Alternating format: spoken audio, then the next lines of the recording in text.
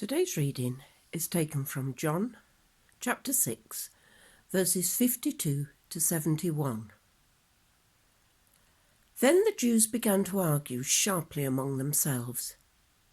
"How can this man give us his flesh to eat?" Jesus said to them, "Very truly, I tell you, unless you eat the flesh of the Son of Man and drink his blood, you have no life in you. Whoever eats my flesh and drinks my blood has eternal life, and I will raise them up at the last day. For my flesh is real food, and my blood is real drink. Whoever eats my flesh and drinks my blood remains in me, and I in them.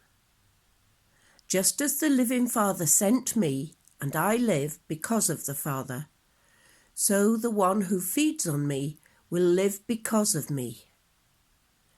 This is the bread that came down from heaven. Your ancestors ate manna and died, but whoever feeds on this bread will live forever." He said this while teaching in the synagogue at Capernaum. On hearing it, many of his disciples said, "This is a hard teaching. Who can accept it?" Aware that his disciples were grumbling about this, Jesus said to them, "Does this offend you? Then what if you see the Son of Man ascend to where he was before?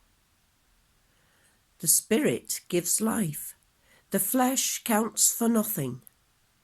The words I have spoken to you, they are full of the Spirit and life. Yet there are some of you who do not believe." For Jesus had known from the beginning which of them did not believe and who would betray him.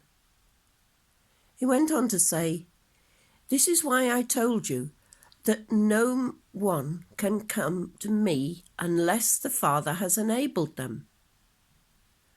From this time, many of his disciples turned back and no longer followed him. "You do not want to leave too, do you?" Jesus asked the 12. Simon Peter answered him, "Lord, to whom shall we go? You have the words of eternal life. We've come to believe and to know that you are the Holy One of God." Then Jesus replied, "Have I not chosen you, the 12? Yet one of you is a devil." He meant Judas, the son of Simon Iscariot, who, though one of the 12, was later to betray him. This is the word of the Lord. Thanks be to God.